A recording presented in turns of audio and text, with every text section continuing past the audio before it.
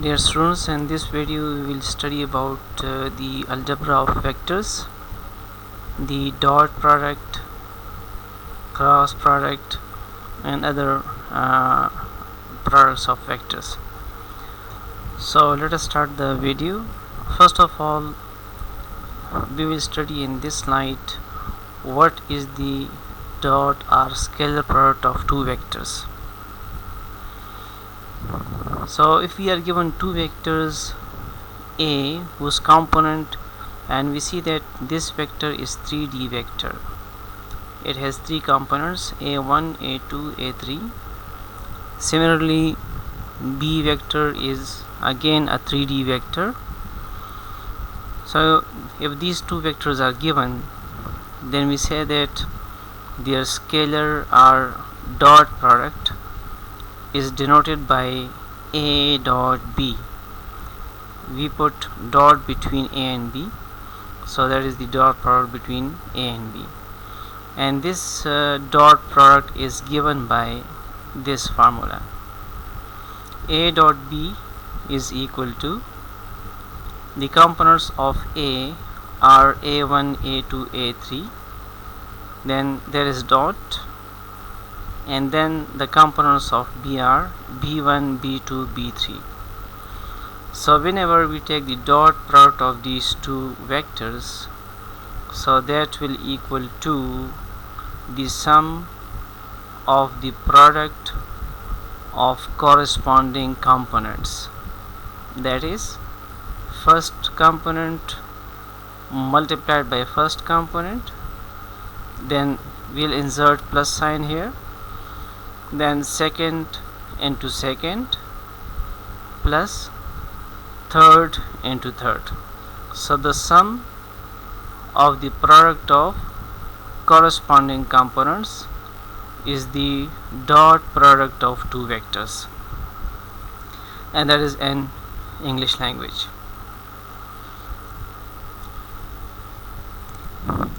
Question number 2 through 8 of exercise 12.3. and these questions we are going to find the dot product of two vectors A and B. So we are taking this question number 2. We are given two vectors. We see that this vector A is actually a 2D vector, and vector B is again a 2D vector. So the dot product of these two vectors is given by A dot B, and that is this A dot this B, and according to that formula, that is the sum of the product of corresponding components, first multiplied by first plus second multiplied by second. So whenever we simplify this sum, 5 3s are 15, plus minus minus, 2 4s are 8, and that is the answer 7. We see that this answer is a scalar quantity. There is no ijk here, so that is only a scalar number 7. So that's why the dot product of two vectors is also called the scalar product, because the answer of the dot product is a scalar quantity. Similarly, between these two, among these all questions 2, 4, 5, 6, 7, 8, we are taking question number 4. Question number 2 is actually regarding 2D vectors, and now question number 4 is it contains two vectors which are 3D vectors. So in the same way, the dot product of these two vectors is given by this in this fashion, and that is the sum of the product of corresponding components, first multiplied by first plus second multiplied by second, third multiplied by third, and after simplification we get the answer -1. So that's how we find the dot product of two vectors. Now let us take question number 8. Question number 8, the vectors are given in ij notations. We see that A is given to be 3i plus 2j minus k, and we know that we can write this A vector in 3, 4 notations. and these are the bracket notations, and these are ijk notations. So we can write this vector a as 3 comma 2 comma minus 1. Similarly, this vector b, the component along x-axis is 4i, and we see that the component along y-axis is missing. J is missing here, so we'll insert 0 over there, and then that is 5. So we have written those two vectors in order triple notation. Now, following the same criteria that we are in position to find a dot b, and a dot b is this a vector dot this b vector, and that is the same as question number 4. Now there are some hints, some notes. We put dot between two vectors but not between vector and scalar. We put dot between two vectors but not between a vector and scalar. If one quantity is scalar, say 2, 3, 4, so we do not put dot between their scalar and vector. We put dot between two vectors, remember that. Similarly, the dot product of two vectors is a scalar quantity. We see that the dot product of two vectors is actually a scalar quantity, and the same goes for those. So these are two hints about scalar product. In this slide, we will study about the properties of dot product. If we are given three vectors a, b, c, whatever the nature of these three vectors, whether these three are 2D vectors or 3D vectors, whatever the nature of these vectors, and a scalar is given to us, say k. K is a scalar number, any scalar number. So whenever three vectors are given and a scalar is there, so we have a dot a, the dot product of two same vectors, is equal to the magnitude of that vector square, the square of the magnitude of that vector. So remember this for MCQ. A dot a is the magnitude of a square. Similarly, dot product is commutative. A dot b is equal to b dot a. The answer of these two will always be the same. And the third one is dot product is distributive. For example, if you are taking the dot product of a and b plus c, so we can distribute this a with b and c, that is a dot b plus a dot c. So dot product is distributive. Similarly, if there is a scalar k from here, and that is multiplied with a and then the dot product with b, so we can extract this k outside a dot b, and we can multiply this k with b. So this k, which is actually a scalar number that can be multiplied with a, then dot with b. Similarly, first find the dot product of two vectors, then multiply k, and thirdly multiply that k with b, and then taking the dot product of these two vectors. Number 5, if 0 is multiplied with any non-zero vector, so the answer will always be 0. And the sixth one is, if theta is the angle between two vectors a and b, then a dot b will be equal to magnitude of a into magnitude of b into cos of the angle between these two vectors. So remember that if there is an angle between two vectors, angle theta, and this theta is between 0 and pi, remember that is the range of theta. Theta is between 0 and pi. So A dot B will be equal to magnitude of A into magnitude of B into cos of the angle between these two vectors. So from 6 we can write this as, if we divide both sides by magnitude of A into magnitude of B, so we will get cos of theta is equal to A dot B divided by magnitude of A into magnitude of B. So that is the cosine of the angle between two vectors, which is A dot B divided by magnitude of A into magnitude of B. And number 8 is, if A and B are perpendicular, that is the angle between these two vectors is pi by 2. Pi is actually 180 degrees. 180 degree divided by 2 is 90. So whenever A and B are perpendicular, then theta will be equal to pi by 2, and we know that cos of pi by 2 is 0.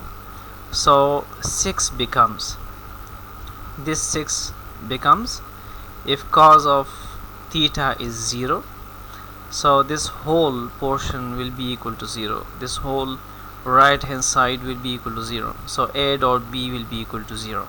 So remember that whenever two vectors are perpendicular, then their scalar product vanishes. A dot B will be equal to 0. Number 9, two vectors A and B are orthogonal. Orthogonal means perpendicular if and only if the scalar product of these two vectors vanishes. Here we see that if and only if, it means that if A dot B is 0, then these two vectors will be perpendicular, and whenever A and B are perpendicular, then the scalar product will be equal to 0. And number 10, if two vectors are parallel, so it means that the angle between these two vectors will be equal to 0, and whenever we put theta equal to 0 in this cosine function, if we apply cosine function on this theta, cos of theta means cos of 0.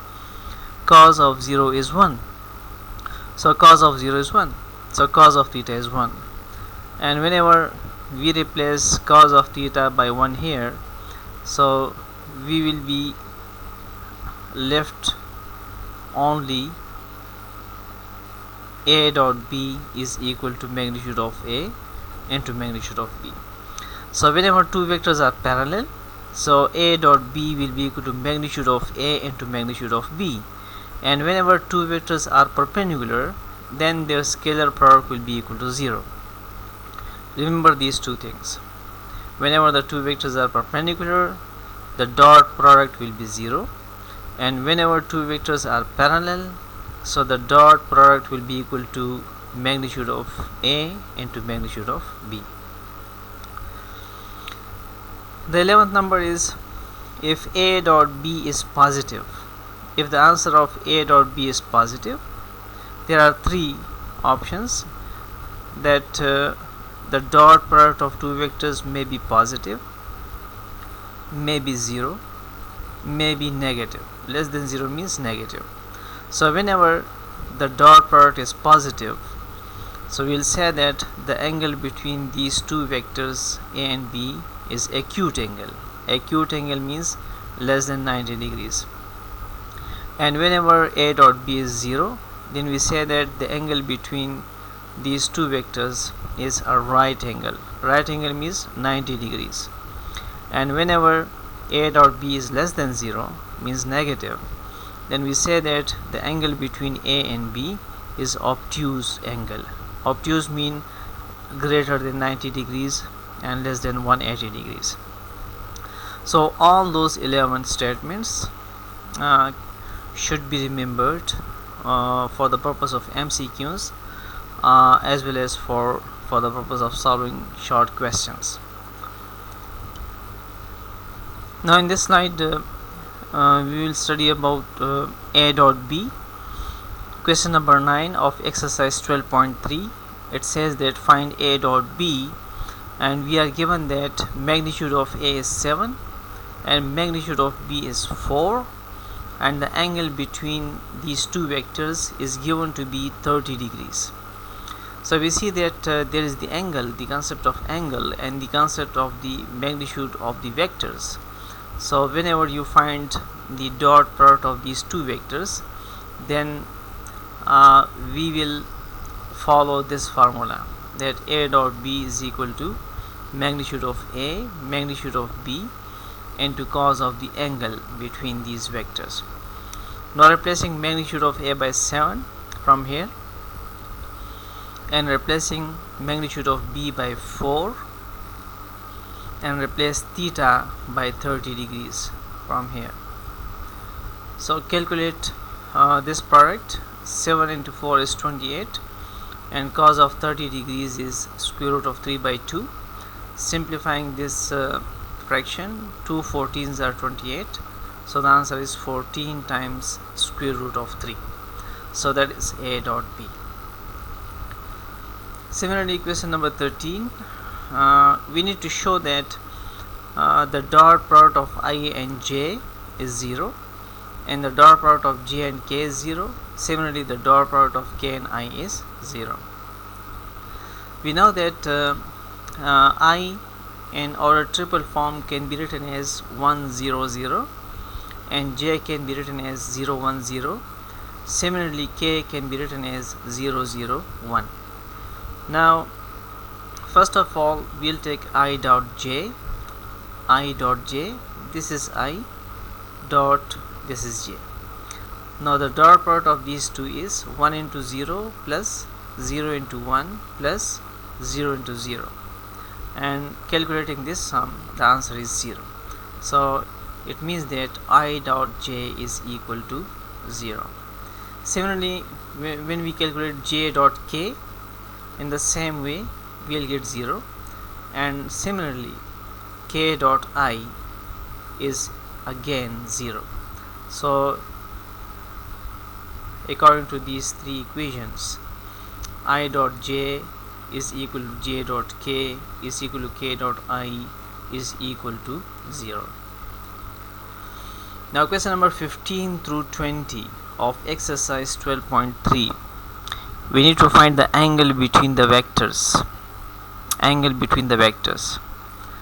The vectors are given. In question number 15, 2D vectors are given. Vector A is 2D vector, and vector B is again a 2D vector. So whenever we need to find the angle between these two vectors, we will follow this formula, because the concept of angle is here.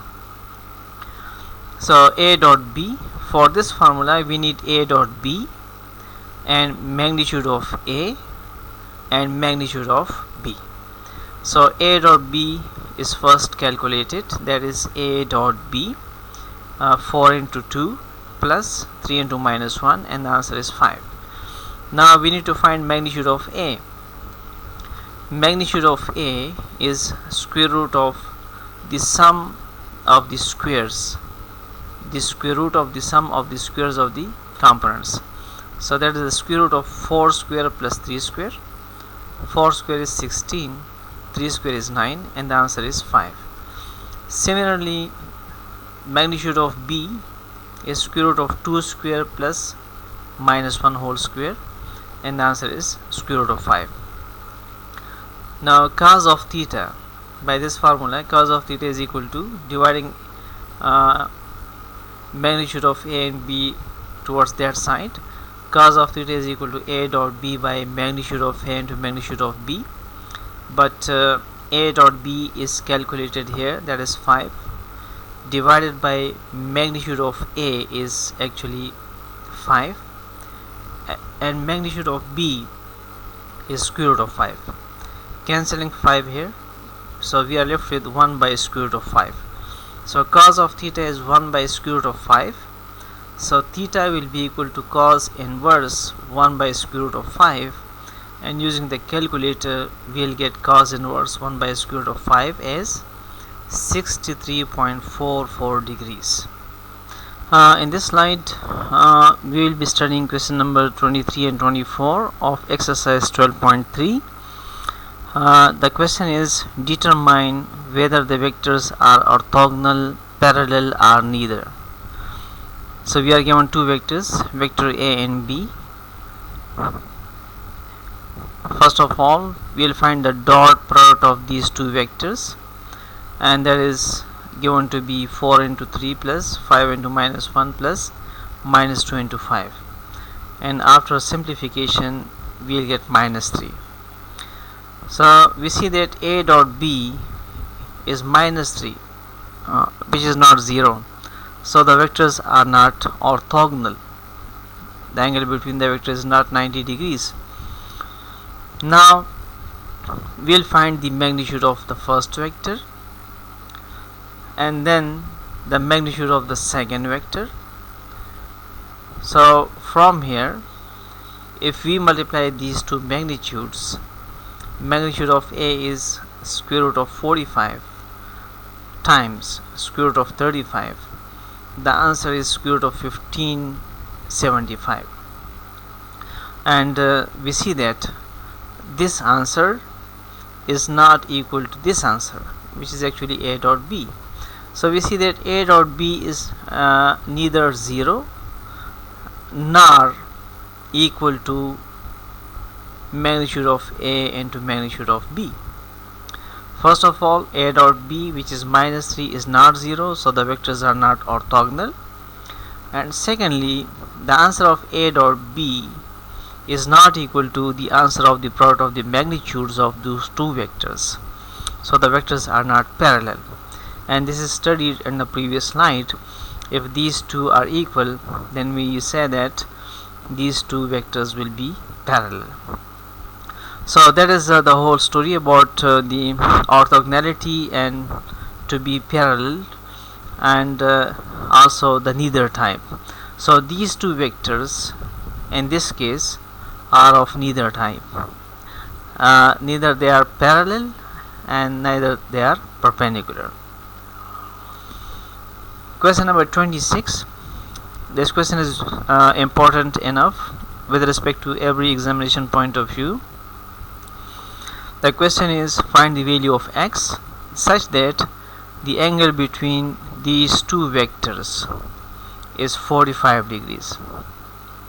That is the first vector and that is the second vector. We need to find this x, which is included in the second vector, and we are given that the angle between these two vectors is 45 degrees. So let us denote this first vector by A and this second vector by B, and the angle theta is given to be 45 degrees. Now we know that A dot B is equal to magnitude of A into magnitude of B into cos of theta. Putting all those values, replacing A by 2 1 minus 1 and B by 1 x 0, and the magnitude of A and magnitude of B along with theta 45 degrees. So we see that is A, then dot sign is here, that is B, and magnitude of A is this. From here, square root of 2 square plus 1 square plus minus 1 whole square, and magnitude of B from here, square root of 1 square plus x square plus 0 square, cos of theta, so cos of 45 degrees. Simplifying this equation, that is 2 into 1 plus 1 into x plus minus 1 into 0 according to the definition of dot product, and this square root along with that square root, combining these two, we can write that is 4, 2 square is 4 plus 1 into 1 square is 1 plus x square and 0 is 0, and cos of 45 degrees is 1 by square root of 2. Now simplifying this equation, you will get 2 plus 1 is 2, 1 into x is x, minus 1 into 0 is 0, and that is the same as here. Now in order to vanish this fraction here, multiplying both sides by square root of 2, so we will get square root of 2 times 2 plus x and 1 by square root of 2 multiplied by square root of 2 will be cancelled out. 4 plus 1 is 6 into 1 plus x square. Squaring both sides in order to vanish this square root on both sides. So we are left with the square root of 2 whole square is 2, and that is square, and from that side this square root will be vanished by squaring. Now simplifying, dividing both sides by 2 in order to more simplify this equation, dividing both sides by 2. So we'll get 2 plus x whole square here, and 2 plus x whole square is a plus b whole square, which is a square plus b square plus 2ab. And dividing this 6 by 2, we'll get 3, and multiplying 3 inside. So 3 into 1 is 3, and 3 into x square is 3x square. Now we are going to shift all those terms towards right side. So you'll get 3x square minus x square minus 4x minus 4 plus 3 is equal to 0, and 3x square minus x square is 2x square minus 4x minus 4 plus 3 is minus 1, and we see that this is the quadratic equation. We are going to solve this quadratic equation by a formula: a is 2, b is minus 4, and c is minus 1. So by quadratic formula, minus b plus minus b square minus 4ac divided by 2a, and simplifying this fraction, we will get x is equal to 2 plus minus square root of 6 divided by 2, and that are the values of x, one with the plus sign and the other is the minus sign. So that is the whole story to find the value of x. Now in this slide, which is actually question number 39 through 44 of exercise 12.3, that what is the projection of a vector. Just look at this figure. We have got two vectors, vector PQ, which is denoted by A, and vector PR, which is denoted by B. If we put light on this vector from here, so we will get the projection of this vector on along A, projection of B along A, and that is denoted by projection of B along A vector. Projection of B along A vector, and that is the second figure. If this angle is theta, then this projection, which is actually the projection of B along A vector, is actually the magnitude of B into cos of theta, and that is the component of B along A, which is the projection of B along A. So the component of B along A is actually the projection of B along A. So there are two projections. The one is the scalar projection of B onto A. Projection of B onto A is denoted by projection of B onto A, which is actually the component of B along A. So the component of B along A is given to be A dot B divided by the magnitude of B. Magnitude of A. Remember that this magnitude of B into cos of theta can be written in this fashion: A dot B divided by A. Here magnitude of A is missing, so if there is magnitude of A, so this whole thing will be equal to A dot B. So actually we have divided magnitude of A along that side. So magnitude of B into cos of theta will be equal to A dot B divided by magnitude of A. So remember that component of B onto A, or we may say that the component of B along A is actually the dot product of these two vectors divided by the magnitude of A vector.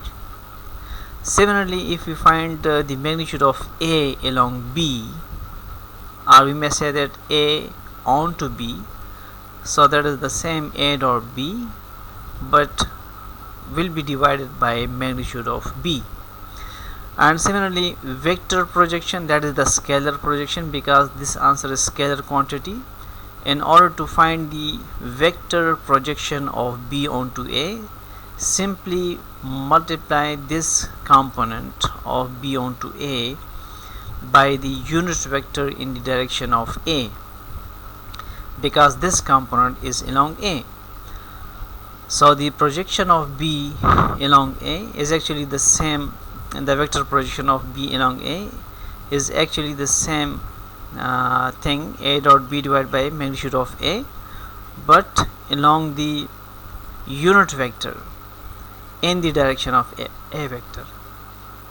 We can say that unit vector can be written as vector by its magnitude.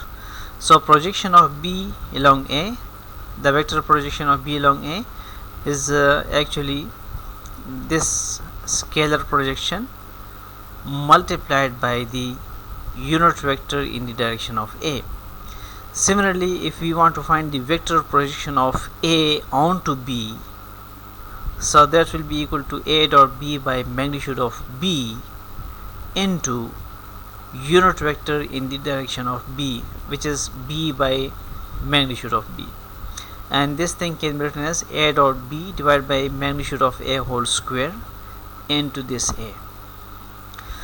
So notice that the vector projection is the scalar projection times mean multiplication times the unit vector in the direction of A. So remember that. That is the example number 6 in your book. Find the scalar projection and vector projection of B onto A. So B onto A, the scalar projection of B onto A is this thing, and the vector projection of B onto A is this formula. So for this component, for this scalar projection, we need A dot B and magnitude of A. So we are going to find magnitude of A first, which is actually the square root of 14, and we can find A dot B first and then put the value of A dot B in this formula, but that is actually the formula here. Component of B along A is actually this thing. So A dot B means minus 2 into 1, 3 into 1, 1 into 2, that is actually A dot B divided by the magnitude of A. So that is the magnitude of A, which is square root of 14, and after simplification we will get 3 by square root of 14. And secondly, we need to find the vector projection. So for vector projection, we only multiply unit vector in the direction of A with this scalar projection. So multiplying unit vector in the direction of A with this scalar projection, vector A is this vector A, and magnitude of A is actually square root of 14, so that is square root of 14. Square root of 14 into square root of 14 is actually 14, and that is vector A. Now multiplying vector A, this vector A, with the 3 by 14, so whenever we multiply 3 by 14 with minus 2, we will get minus 3 by 7, and whenever we multiply 3 by 14 with 3, we will get 9 by 14, and whenever we multiply 3 by 14 with the third component 1, we will get the same 3 by 14. So that is the vector projection of B along A. So that is the whole story, that how could we find the projection of one vector along the direction of other vector. Now in this slide we will study the vector or cross product of two vectors. This topic has been studied in the previous semester and the first semester. We are going to repeat the same topic again because this is included in your syllabus. If we are given two vectors A and B, then their cross or vector product is given by A cross B, which is actually the determinant of ijk, the components of A vector, and then the components of B vector. Now expanding this determinant by any row or any column, especially we expand this determinant by the first row, we'll get the answer of A cross B. We see that the answer of A cross B includes ijk, so that's why this is a vector quantity, so that's why this is called the vector product. So the cross product is also called the vector product. Here is an example. We are given two vectors, vector A and vector B, and we are going to find the cross product of these two vectors. Because this topic is the old topic and this is being studied in the previous semester, so I'm not going in the details. A cross B is equal to the magnitude of ijk, the components of A vector, then the components of B vector. Now expanding this determinant by first row, we'll get I times 3, 4, 7 minus 5 minus j times 1, 4, 2 minus 5 plus k times 1, 3, 2, 7. And now multiplying these two, AD minus BC, we'll get this answer.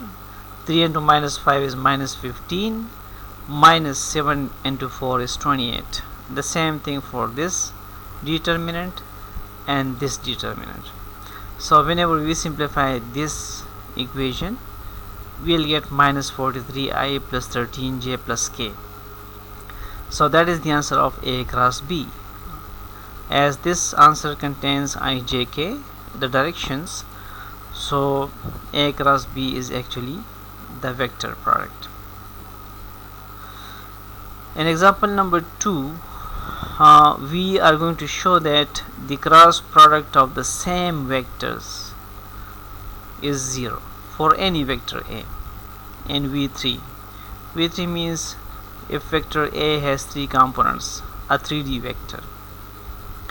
So let us take a vector A in general notation A1, A2, A3, and finding the cross product of this A with itself, we'll get determinant of ijk, the components of A vector, and again the components of A vector.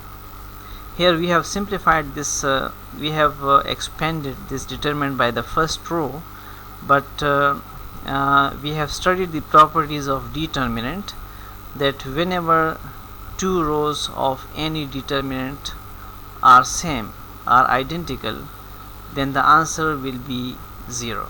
So we see that this row, row number 2 and row number 3 of this determinant are same, so the answer is 0. So that's why A cross A is 0. So remember that the cross product of the same vector will always be equal to 0. Now in this theorem, the vector A cross B is orthogonal to both A and B. Orthogonal means perpendicular. It means that A cross B is perpendicular to A as well as to B, and that is actually the right hand rule. If A cross B, if you want to find A cross B, we put our right hand on A vector and rotate it towards B vector, so that is the thumb direction. So this is actually A cross B. So we see that this A cross B is perpendicular to A as well as to B. So that is actually the theorem, that the cross product of two vectors is orthogonal to both the vectors A and B. And that is the proof of this theorem. A cross B dot A, that is actually A cross B, these three components, then taking the dot product with A. So actually A is, instead of ijk, A1, A2, A3, and whenever we expand these determinants, we will get the answer 0.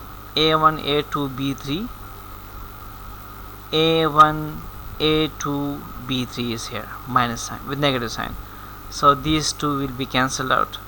Minus A1, B2, A3, A1, B2, A3 plus with negative sign, so cancelling these two, similarly cancelling these two, so the answer is 0.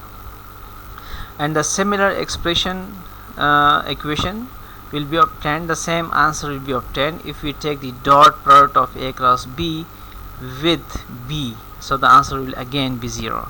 So it means that the dot product of A cross B with A is 0, so A cross B is perpendicular to A, and the dot product of A cross B with B is 0, so A cross B is perpendicular to B according to the statement definition of dot product.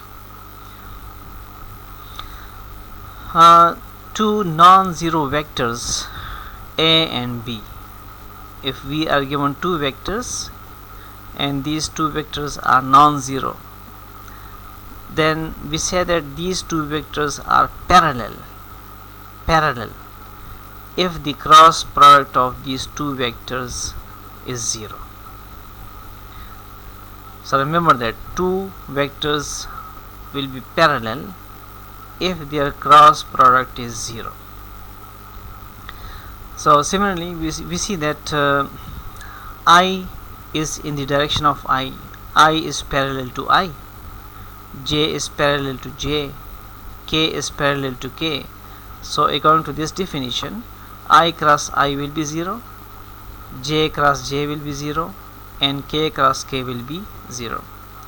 And from here, that if this is I, then this is J and this is K. That is actually the anti-clockwise rotation, and this is the clockwise notation. So whenever we go anti-clockwise, then I cross J will be equal to the third vector K. I cross J is equal to the third unit vector K. Similarly, J cross K will be equal to the third vector I, and K cross I will be equal to the third vector J, that is the third one. And whenever we go clockwise in this direction, so we will get negative answers. It means that I cross K will be equal to minus J, this thing, I cross K is minus J. K cross J will be equal to minus I, K cross J is minus I, and J cross I will be equal to minus K, J cross I is minus K. That is actually it means that the cross product is not commutative, because I cross J is K and J cross I is minus K, so these two are not same. So we say that the cross product is not commutative. Just look at this figure. This figure is called parallelopiped. That is actually the room, and the walls of those room of this room is actually a bit not vertical, a bit slopey. So this figure is actually called a parallelopiped. It has three adjacent sides. Adjacent sides are those sides whose initial point is same. That is the initial point of this side, and that side.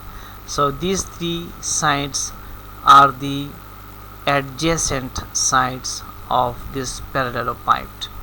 Side A, side B, and side C are adjacent sides of this parallelepiped. Inside this figure, inside this room, that is the space, is called the volume of this parallelepiped. Now we have notes here. The scalar triple product of three vectors.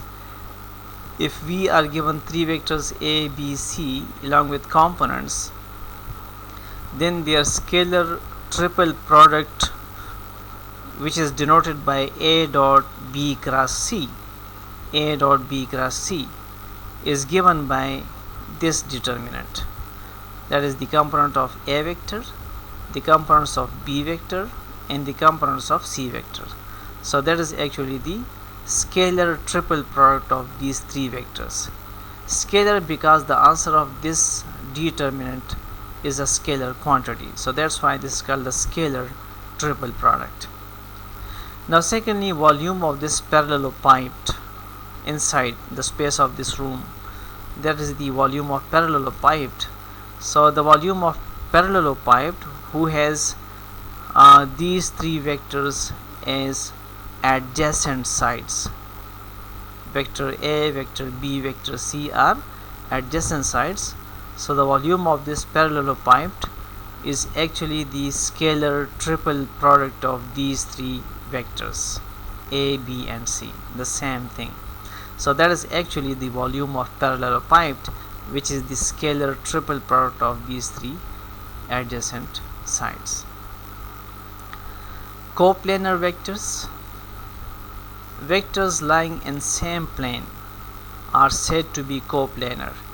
If three vectors are drawn on one plane, then we say that these three vectors are coplanar vector because they lie in the same plane.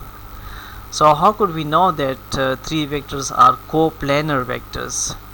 If we drop this vector onto this plane, so the volume of this whole parallelepiped will be equal to 0, and we say that these three vectors will be coplanar because these three will lie on this floor, on the same plane.